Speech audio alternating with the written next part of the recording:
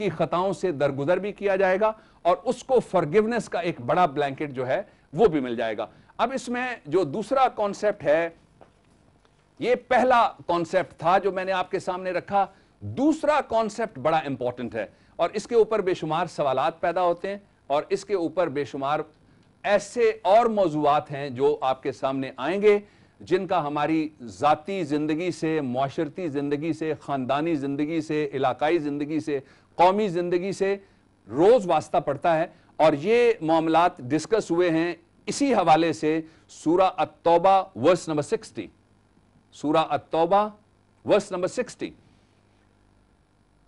ये सदकात के बारे में, ये एक ऐसा कॉन्सेप्ट है जिसके बारे में हर आदमी जानना चाहता है, इसलिए कि लोग सवाल करते हैं। कभी आप बस में बैठे होते हैं, कोई सवाली आ जाता है, कभी घरों के अंदर कोई सवाली आ जाता है, कभी जिंदगी में और मोड़ आते हैं जिनके अंदर कोई सवाल कर बैठता है, और कभी ऐसे लोग होते हैं जो खुद सदका देना चाहते हैं और उनको मालूम नहीं होता कि इसका बेहतरीन मसरफ जो है वो क्या है। अब इस आयत में ये इरशाद फरमाया गया, आपको आयत दिखाएंगे, तर्जुमा भी, elms of a poor and needy, कि सदकात जो हैं वो किस किस के लिए हैं। And employed to administer the funds of those who hearts have been recently reconciled to truth, for those in bondage and in debt and in the cause of Allah and for the wayfarer, thus it is ordained by Allah and Allah is full of knowledge and wisdom. सूरह तौबा verse number 60। अब इसको आसान अल्फाज में समझना शुरू करते हैं कि सदकात को खर्च किस किस जगह पे किया जा सकता है। ये इसमें एक तफसील आई है, ये तफसील बड़ी काम की है इसलिए कि इसका हमारी रोज़मर्रा मामलात के साथ ताल्लुक़ है। जो पहला तबका जिसके बारे में अल्लाह ताला ने इरशाद फरमाया कि सदका इसको दिया जाए, वो है आर फॉर द पुअर, गरीब आदमी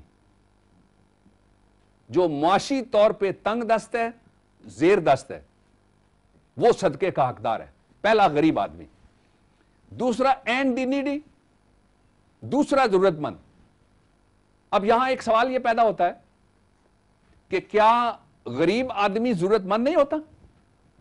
जवाब है जरूरतमंद तो होता है। तो फिर ये नीडी की किस्म जो है, जरूरतमंद की किस्म, ये गरीब आदमी से अलग क्यों की गई है? इसकी मैं आसानी और तफहीम के लिए मिसाल आपके सामने रखना चाहता हूं। इसकी मिसाल ये है कि एक ऐसा आदमी जो मजदूरी करके बच्चों का, बीवी का, अपना या बहन भाइयों का या बूढ़े मां बाप का पेट पाल सकता हो, उसके घर में बीमारी आ जाए, वो नीडी हो गया, वो जरूरतमंद हो गया। गरीब वो कोई नहीं है, फकीर नहीं है, मिस्कीन भी नहीं है, वो अपना गुजारा कर रहा है, लेकिन क्या हो गया? वो नीडी हो गया। एक ऐसा आदमी जिसके घर में कोई बीमारी आ गई, बच्चे की शादी आ गई, वो गरीब आदमी नहीं है लेकिन वो नीडी है।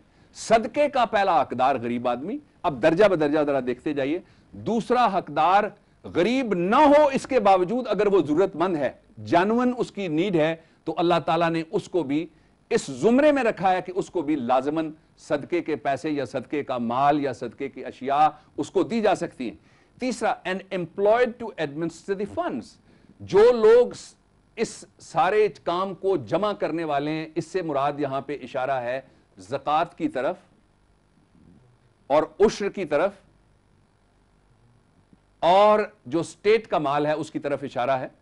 वो जो जमा करने वाले, इनको कहते हैं उम्माल, जो जमा करने वाले हैं, इसको एडमिनिस्टर करने वाले हैं, मुलाजिमीन हैं, उनके ऊपर भी सदका लगता है, इसलिए कि वो इस पूरे अमल का हिस्सा हैं, इसलिए कि वो इस पूरे कार्य खैर में शरीक हैं, इसलिए कि वो इस पूरे निज़ाम की मुतहर्रिक मशीनरी का एक बुनियादी पहिया और एक बुनियादी इंजन और एक बुनियादी उसका एक मुहर्रिक है, इसलिए उनके साथ भी ये मामला किया जा सकता है। एंड अब चौथी किस्म को, and for those whose hearts have been recently reconciled to truth, कि जिन्होंने हाल ही में इस्लाम को कबूल किया, अल्लाह ताला के पैगाम पे सिद्के दिल के साथ आमीन कहा, वो दायरा इस्लाम में दाखिल हुए, उन्होंने अपना कल्चर छोड़ दिया, उन्होंने अपना मजहब छोड़ दिया, उन्होंने अपना मुआशरा छोड़ दिया, उन्होंने अपने घर वाले छोड़ दिए, उन्होंने अपने खानदान को छोड़ दिया।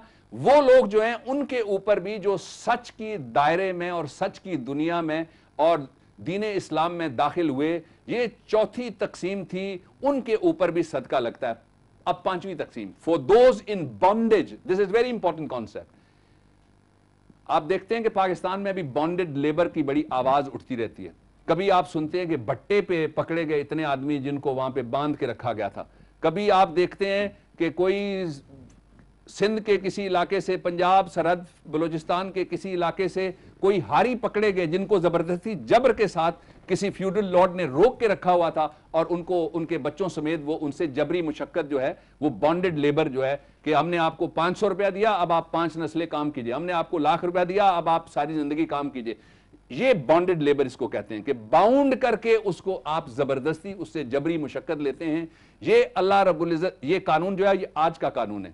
یہ پچھلی صدی میں تقریباً 3 صدیاں پرانے یہ قوانین ہیں سارے. لیکن سبحان اللہ دیکھ لیجئے کہ 1400 سال پہلے رسول عربی صلی اللہ علیہ وآلہ وسلم کے اوپر جو سچی وحی نازل ہوئی، اس میں بانڈڈ لیبر کی چکی میں پسنے والے غریب مزدوروں، محنت کشوں، ڈاؤن ٹراڈن پیپل، ان کا پہلے سے ہی تحفظ موجود ہے. ان کا معاشی تحفظ موجود ہے کہ جب صدقہ دینے لگو تو پھر کس کو بھی ساتھ دو. اور فار دوز ان بانڈیج، جو بانڈڈ لیبر میں پھنسے ہوئے ہیں، جو کسی جگہ غلام بنا لیے گئے، جن کے اوپر کوئی آقا بیٹھ گیا، جن کی کوئی ربوبیت اور خدائی کا دعویٰ انسان کرنے لگا، ان کی آزادی کے لیے، ان کے معاشی تحفظ کے لیے بھی صدقے کے پیسے خرچ کیے جا سکتے ہیں. اینڈ ان ڈیٹ، مقروض شخص پہ بھی صدقہ لگتا ہے. اب پھر وہ تقسیم دوبارہ یہاں پہ آ جاتی ہے کہ کیا مقروض شخص اگر غریب شخص نہ ہو تو اس کو پیسے نہیں دیے جا سکتے؟ سوال ہے جی نہیں، اس کو دیے جا سکتے ہیں. یہ ضرورت مند کے زمرے میں آ جائے گا. یہ ایک ایسا شریف آدمی ہے جس کے پاس ضرورت کے لیے تو پیسے ہیں، لیکن اس ضرورت کے لیے قرض اتارنے کے لیے نہیں ہے. اور قرض کتنا سخت حکم ہے یہ میں تھوڑی دیر پہلے بھی آپ کو بتا چکا ہوں.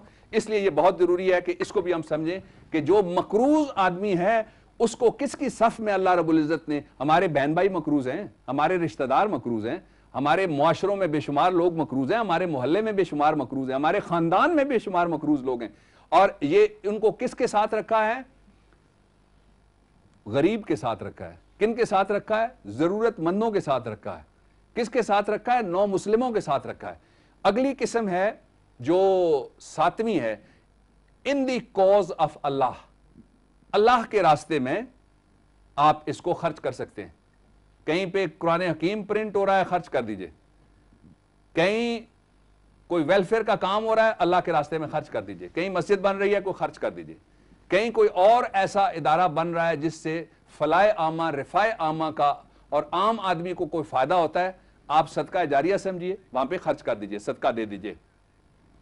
اینڈ فار دی وے فیئرر، جو مسافر ہیں ان کو بھی غریب اور ضرورت مند کی صف میں اور مقروض کی صف میں شامل کیا گیا. ضروری نہیں ہے کہ جو مسافر ہے، سفر پہ نکلا، وہ غریب بھی ہو، وہ مقروض بھی ہو اور وہ ضرورت مند بھی ہو.